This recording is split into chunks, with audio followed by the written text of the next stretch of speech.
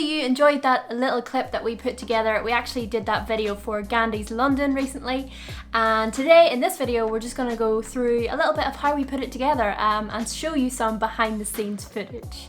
Fun!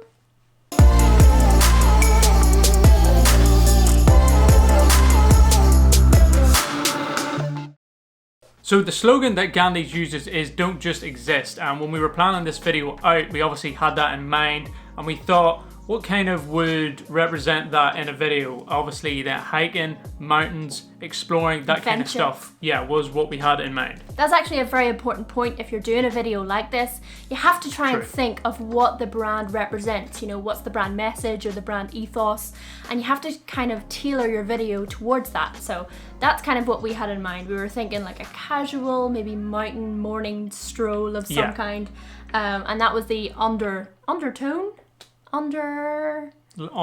theme of the video.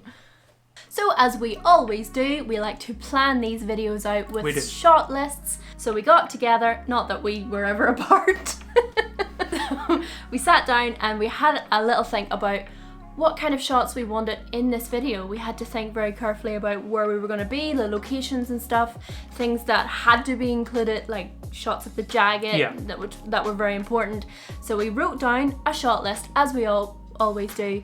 Looking back though, we would have liked to have planned that in a little bit more detail. It was slightly different. So if you've seen our previous commercial video we did for another backpack, you'll know that we did a lot of like whoosh transitions, and we pretty much planned out every shot, and we had we kind of kept with the very similar transitions throughout, and we had it quite a fast pace.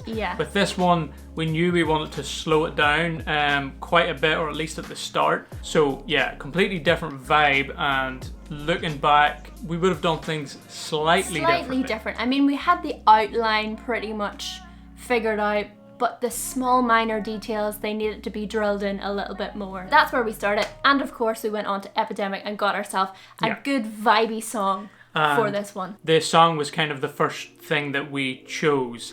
And then, that's right, actually. The song comes first. The song comes first for us, not everyone, but we feel like when we choose the song, or at least me anyway, I can kind of envision the video, and things start to come to me as I listen to the song, which helps a lot. So before we get into the actual video shots that we did, let's just talk about those morning conditions that we woke up to that day. Oh, look. It is cold, but it looks good. Look at all this. This audio may sound terrible, but we're in the middle of making the little commercial video here for Gandhi. So we're out shooting a little video today, and it's extremely early. We actually caught sunrise for a change. It's like 8 now, probably 8 a.m. Alright, let's get the shot.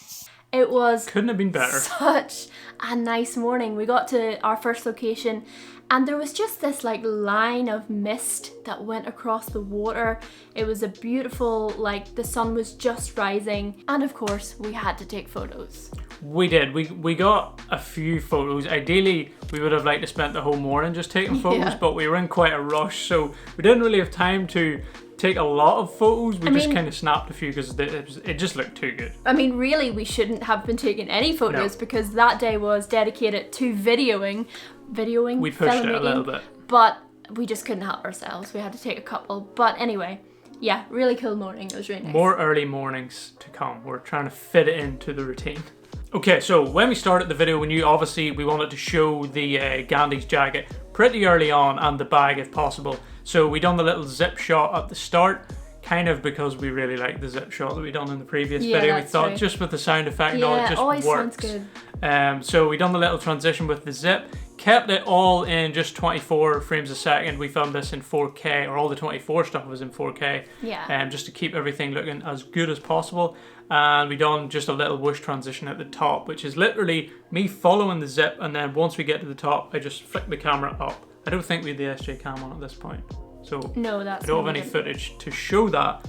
But yeah, get to the top, flick up, and then the following shot will be flicking from the bottom up into the shot that you're focusing on, which was actually Christina tying the laces of her boot. You had the shot of you walking over the little, I don't know what you call it, it's just a step like over a fence. Fence step. Something like that. We had this shot of you walking, and there's a little logo on the Gandhi's jacket that we were kind of trying to show off. Didn't work perfectly because of the kind of speed of the shot. It was a little trickier to get. You can kind of see it. We actually did that shot so many times. Sorry. 1, 2, 3. Nope. Nope. No, don't hold your hand out like that. 1, 2, 3. Yeah, but we got it in the end. It looks ridiculous. These are filmed mainly all in manual focus, these type of shots, because you're kind of, well, I mean, this one was quite slow, but we're keeping it in manual focus so we can kind of make sure that when it gets to the point that needs to be in focus, that it is, and there's no like searching for focus. This camera's quite good at it, but some cameras do search a little bit, and you don't want that in your footage, kind of blurring. And we followed Christina's hand, she put it down, and then the idea was to use the like wood of the fence to kind of transition to the next shot, which was her feet walking down the steps. And with the previous carry-on bag video, we actually done a similar shot with the tree, panned past one tree and then like from another tree out, and it looks like Christina just kind of walks past the tree.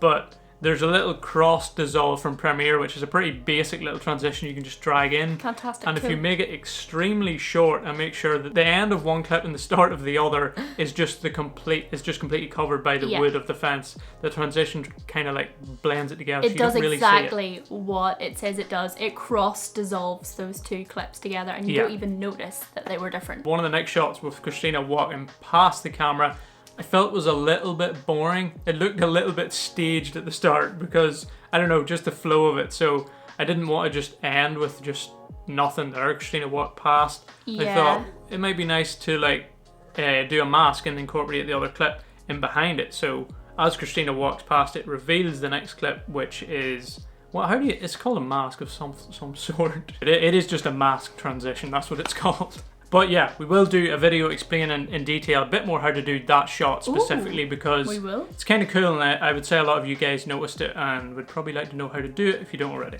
So then we made our way down towards the water, which was at the location we were at, and again, we stopped to take some more pictures.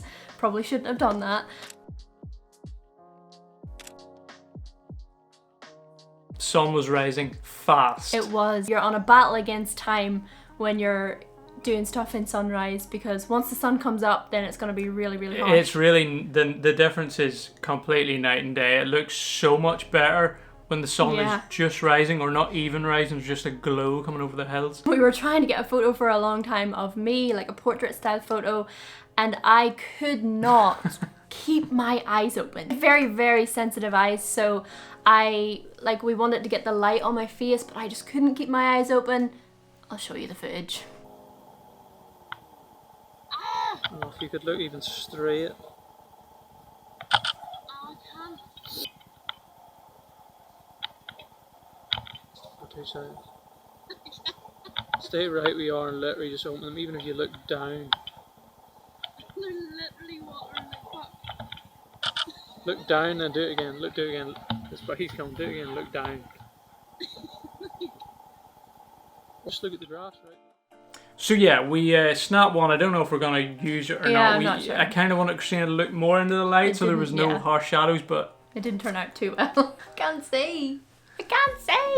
So then there was just a few kind of walking shots as if Christina was walking down a path, and I got this one just past the like kind of high grass and just kind of panned along it, and Christina was walking in the distance. Had to use a little bit of warp stabilizer on it, which kind of done the trick. And then we made our way down towards some rocks, and we wanted to make it look like Christina was hiking like at least up a mountain or something that didn't just look like just walking along a path. Yeah, exactly. So there was some rocks down towards the water, and I kind of angled the camera quite low to make it look like Christina was climbing up a lot more than she actually was. They didn't turn out exactly how we wanted them to. I wish they were a little longer. Yeah, it was kind of tricky because it's such a small area, and we had to shoot it quite tight to kind of cover the fact that it wasn't actually going up a mountain. Climbing up a mountain. Yeah, so kind of past the rocks and stuff, and it was a very tight shot that was kind of used more to emphasize the fact she was on a hike and just lead into the next shots, which were actually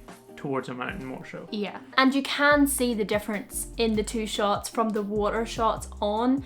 You can see the difference in the lighting because the sun was completely up by this stage and we were getting some harsh light. A little bit annoying, and that also caused some problems with the shutter speed, because that shot coming out from the rock is a lot higher than we would have liked it to be. Did I shoot that on 120? Or was it 60? I think it's yeah, because I'm in slow-mo. We did a speed ramp of the... Yeah, so it's shot in 120 and the frame rate would normally then be like 250, but I believe it's quite a bit higher because it was so bright. And we forgot our ND filter. So the shot of walking across the water was of course in 120, but we did a little speed ramp, so we sped it up and then slowed it down. And we did that because the sound effects sound so good when you're walking across water. And you can't really do that in the slow-mo part as much. So we wanted a good like... Yeah, a good few fast steps in the water with the sound effect, and then slows down just for a little bit of, just to add a nice bit of slow-mo in. And then we followed up with a few shots of Christina way in the distance. Yeah. Past some more tall grass sort of stuff again. Just keep walking a wee bit.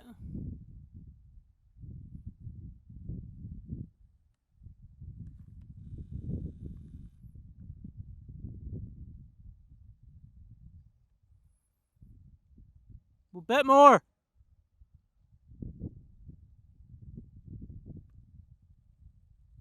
Just to give the scale, because the mountain was actually pretty big and Christina looks quite small in the distance. Just a big mountain behind her. Added in some sound effects in there too. There's actually sound effects in the whole video, which maybe we should get on to. Yeah, actually maybe we should. And then the last few shots were just Christina kind of sitting on a rock quite high up in the mountains, and then the last shot was just like kind of a zoom out, just and we knew we would want to have the logos on screen at that point, so we had to have it like a nice wide shot to be able to do that. Another thing to note is that we did know beforehand that we wanted this video to be no longer than 30 seconds. Yeah. So like we had to think about that as well when we were doing the shots. We actually had to leave a lot of shots out because we were trying to condense it down to 30 seconds. Yeah, so, ideally this last shot would have been done with a gimbal, but our camera's too heavy for the gimbal we have. So yeah, we need another camera that could have done it. Like I could have moved a lot further and it would have been more dramatic looking. Yeah. And it was also very bright at that stage, so could have looked a bit better. But anyway, sound effects. Quite a few of them added into this one, and like we did last time, we'll let you listen to, or watch and listen to, the video with just the sound effects, no music.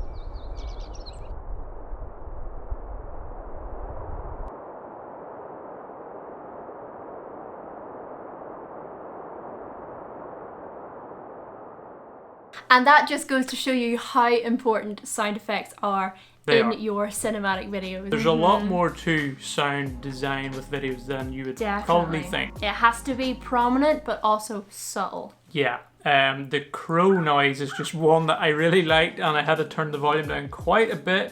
I think I put a low pass on it. I put a low pass and a lot of filters to kind of just tone it down a little bit and sound like it's maybe coming from the distance rather than just a big obvious sound effect added in. The water one, I think I got pretty spot on when you walked across the water.